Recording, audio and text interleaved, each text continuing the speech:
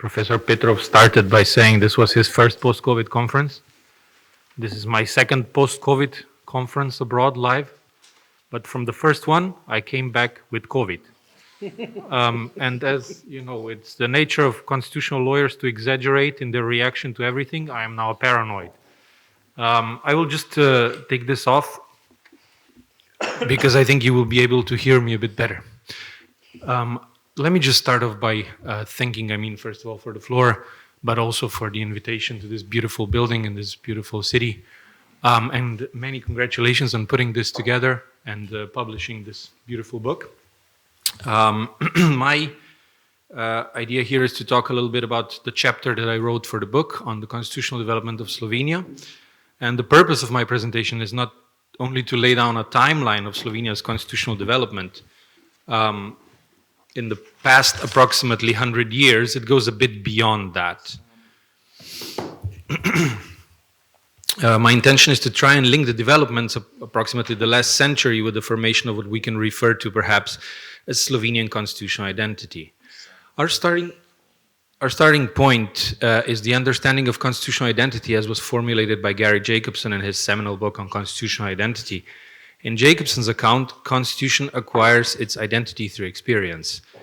It emerges dialogically as, and I quote, a mix of political aspirations and commitments that are expressive of a nation's past, as well as the determination of those within a society who seek in some ways to transcend the past, end quote.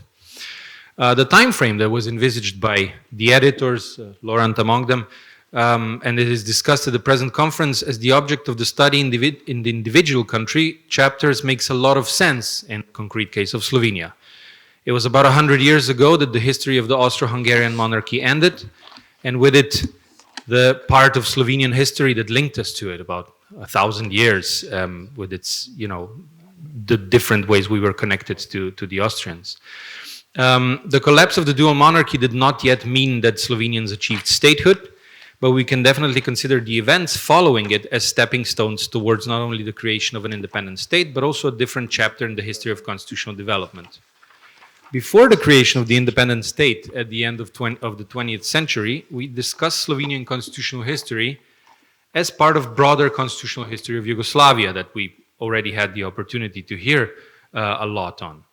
It should be added that while for a number of peoples in Europe, 1918, the end of World War I and the breakup of the dual monarchy is a turning point, often these peoples had at that time already had past periods of statehood to build upon, or at least to reflect upon. For Slovenians, no such thing can be claimed. So approximately the last 100 years of constitutional history harbor several milestones in Slovenian history. First, following the end of World War I, the creation of the monarchy of the South Slavs under two different names. Second, World War II, which was the beginning of the creation of a communist/socialist Yugoslavia. Three, then approximately 50 years of life in a federal and socialist Yugoslavia, and then at the end of the 20th century, dissolution of Yugoslavia, creation of independent Slovenian state, and adoption of the 1991 liberal democratic constitution. Of course, this is shared history of Yugoslavia, so it could get a bit repetitive since we've heard from colleagues from Serbia and we will hear from a colleague from Croatia. So I will try to focus on what these milestones that are in fact common to all of us meant for Slovenians more particularly, and Slovenia, and try to identify if there is a reflection on our constitutional identity now. So the first milestone, the monarchy of the South Slavs, began for us with the short-lived creation called the State of Slovenes, Croats and Serbs in 1918, which was then united with the then Kingdom of Serbia even before it could be internationally recognized. This meant the beginning of this monarchy, first the monarchy of Serbs, Croats and Slovenes, and then later on renamed into Kingdom of Yugoslavia, which for Slovenians brought some hopes for national emancipation, but also an immense amount of disappointment, which could be described as first political, especially after the introduction of the dictatorship in 1929. Socioeconomic disappointment in a relatively poor country dependent on foreign capital, which for constitutional lawyers is interesting because at that time the constitution of the kingdom, the Vidovdan, the Saint Vitus Day constitution, included pretty generous catalog of socioeconomic rights, but a lot of that remained an illusion.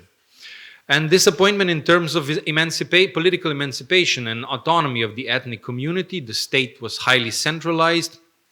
The constitution, as was even mentioned before, I think invented a new and existing language called Serbo-Croat Slovenian, which no person in the world has ever spoken. Second milestone, Second World War. We could just quickly say Slovenia and Slovenians were not spared. Horrors of Nazism, fascism, their collaborators in Slovenia and Croatia, but also Hungarian occupation in the northeast, left scars on the body of the nation, just forced conscription, deportations, internment camps, executions.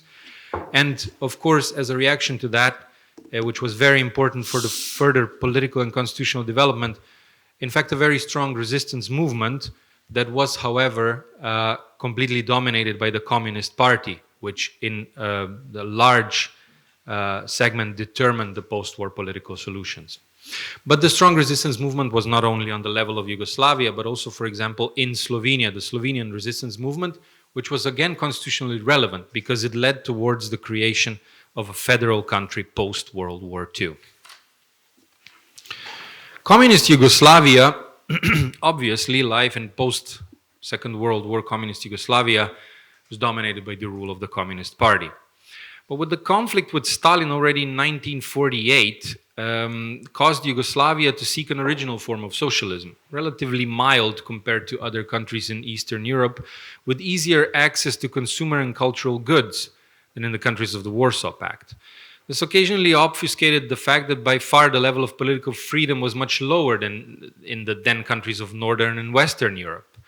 This in-between situation in Yugoslavia/Slovenia has the potential to explain why the change of the regime in Slovenia was not as radical at the end of the 20th century, as in a lot of the other countries. Not to be misunderstood, the 1991 Constitution definitely represents a break. It introduces legal constitutionalism, enforceable fundamental rights, the idea of separation of powers, and so on.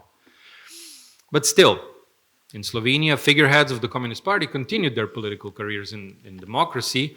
The constitution did not embrace a full rupture with the idea of protecting social and economic rights, and it even has some elements of corporativism within this otherwise new system of representative democracy. This could possibly be an explanation for our truly unusual bicameral parliament. Also, Yugoslavia was a federal country, and as difficult as it may be to talk of federalism in situations of a monoparty system, very restricted political rights and freedoms, etc., it undoubtedly provided a certain platform for the development of Slovenians as a political community. Own institutions, relatively broad competences of the constituent republics meant, for example, that Slovenia found some distinct solutions even during a period of absence of pluralism in politics. Example would be Slovenia as the only republic that criminalized marital rape, because this was on the level of republic criminal law.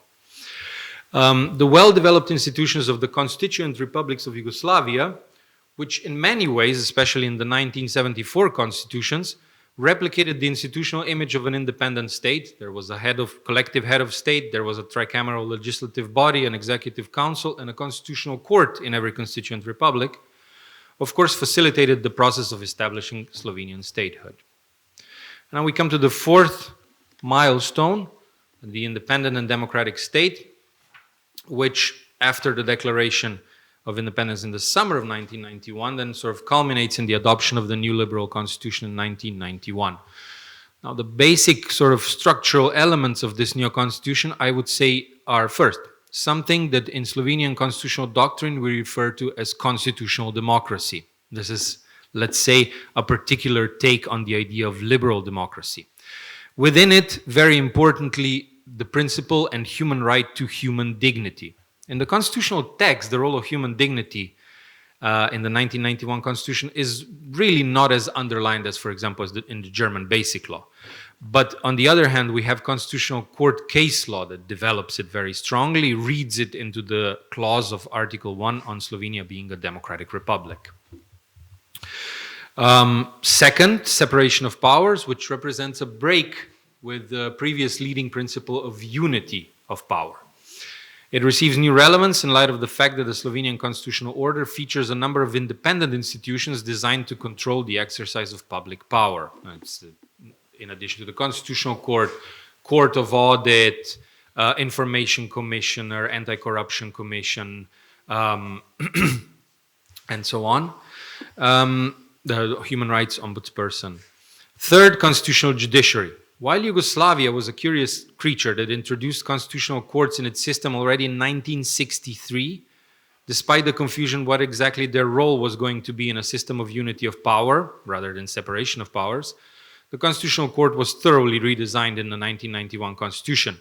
Importantly, it was armed with jurisdiction over constitutional complaints, but even more so, it was armed with newly found legitimacy through various channels, such as, for example, the first composition of the Constitutional Court was largely rather dissident law professors, intellectuals, and so on. The constitutional complaint procedure puts the Constitutional Court de facto at the apex of judicial branch, and the procedure for the control of legislation sets strict limits on representative democracy. Fourth, rule of law, or as the equivalent Slovenian concept or similar Slovenian concept is usually translated, state governed by the rule of law, which would be more close to Rechtsstaat than rule of law, becomes an enforceable title of judicial review. It is developed into a number of sub-principles with relatively concrete content. For example, protection of trust in the law as a safeguard against excessive use of false retroactivity.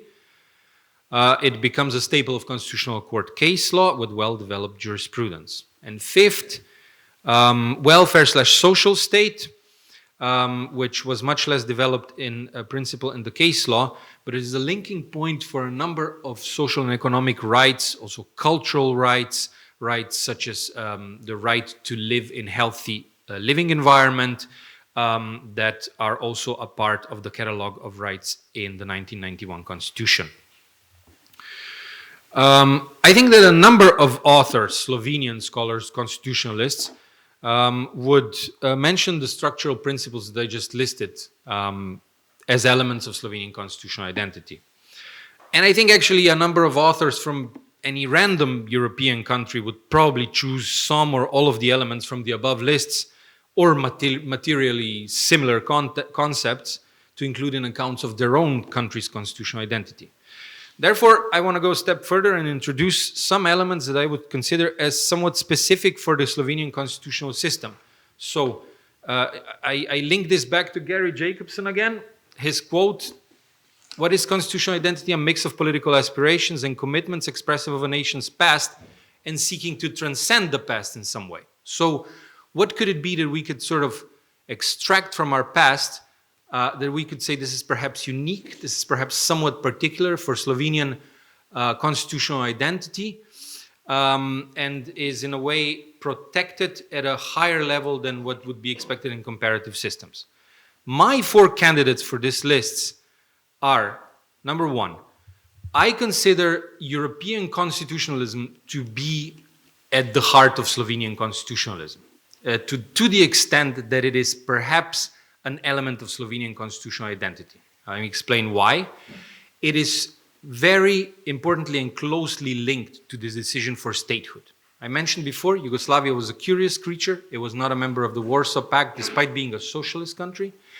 And it in fact had quite close links with the European Economic Community at that time. And there was talk in Yugoslavia of trying to get either quite close or even at some point becoming a member of the European communities. The 80s, with the rise of nationalism, that sort of showed all the cleavages in Yugoslav federalism, that showed how this leading principle of brotherhood and unity was more and more a lie, also meant that joining European integration projects as a common project of Yugoslavia was becoming increasingly untenable. And the decision to leave Yugoslavia was, to a large extent for Slovenia, a decision to try to join European integration projects on its own. Including, for example, there's this historical speech that the president of the then presidency, so the head of state, has on the 9th of Declaration of Independence, if you ask Slovenians, they will know the speech, "Tonight we are allowed to dream." And one of the sentences in his short speech is, "What we are looking for is joining Europe without borders." This is what lays in our future. So in this very symbolic moment of achieving statehood, we talk about Europe without borders. Second, I think that an element of Slovenian constitutional identity is initially gender rights and gender equality, but that probably extends beyond onto gender identity rights and protection of different aspects of gender or sexual identity. Why? Because of this continuous struggle for equality of women that, curiously, so Kingdom of Yugoslavia had some aspirations of giving the voting rights to women, but they did not, in fact, get them until there was an election in the resistance movement during the fight against occupiers in Second World War. Isn't this somewhat bizarre? There is some kind of election. We all know the Communist Party is going to win, but still, women get the right to vote for the first time. So I also find the linking of this fight for political emancipation, for freedom, statehood in a long term, linked to recognizing the sort of equal role of both genders, and now we would probably say more genders in the society. Third, right to language. Slovenians, as I mentioned in the beginning, did not really have a history of statehood up until 1991. If you walk through Ljubljana, and you all should, it's a beautiful place, you will see very little monuments of generals and kings. You will see monuments mostly of poets, novelists, and painters. Why is that? Because culture, and in particular literature and language, were the cohesive element that kept the ethnic community together in absence of statehood or even autonomy within the countries it was a part of. This goes so far sometimes that there is this moniker among Slovenian intellectuals sometimes used that Slovenians are a nation of the language. So what actually makes us a nation? Our language. I think Judge Korhec mentioned this very well, how quickly this can be in conflict with like nation building through language and then rights of minorities. But in the Slovenian constitution, I believe this found a, generally speaking, balanced expression by saying that not only Slovenian is the official language, but also under certain conditions, Italian and Hungarian. So the languages of the national minority recognized by the constitution. But also there's a strong protection for an individual right for use of one's own language and expression of national and cultural identity, which was also developed quite strongly in the case law of the Constitutional Court. I mention a case in my chapter you can consult. I find it very interesting. It's the question of whether people can write on tombstones in any language they want, that a municipality in the countryside tried to regulate this. It has to be Slovenian. Constitutional Court declared it was unconstitutional. With a very interesting argument put forward. Fourth element, I would say, there is the Slovenian constitutional identity harbors a huge amount of mistrust for the meddling of military and civilian matters. This goes back also to the moments of the breakup of Yugoslavia. The Federal Communist Yugoslavia, foresaw in its society a very important role for the army. The army was even defined in the constitution as one of the guardians of the constitution. One of the things where Slovenians started to fight for more political rights, for more freedom of expression, was criminal trial in a court-martial against Slovenian journalists that allegedly leaked, we would say nowadays, military secrets. This caused probably the largest public gathering up to that point in Slovenian history. So there was a huge amount of sort of upheaval in the Slovenian public at the idea that civilians would be tried in a military court. And very curious, and many things in the Slovenian constitutional history are, one of the people that was tried at the court-martial, only a few years later, when Slovenia gained independence, was Minister of Defense. And when he was Minister of Defense, members of the military arrested and beat up an undercover police agent. And this led to him being dismissed as minister. The first time in the history of independent Slovenia, a minister was dismissed in the parliament because this was simply unpalatable to have the military arrest a civilian. And I think through these sort of events that are excessive, perhaps, you can slowly see how it becomes ingrained in the understanding of the constitution of the nation, what some of these limits are that we are never supposed to cross.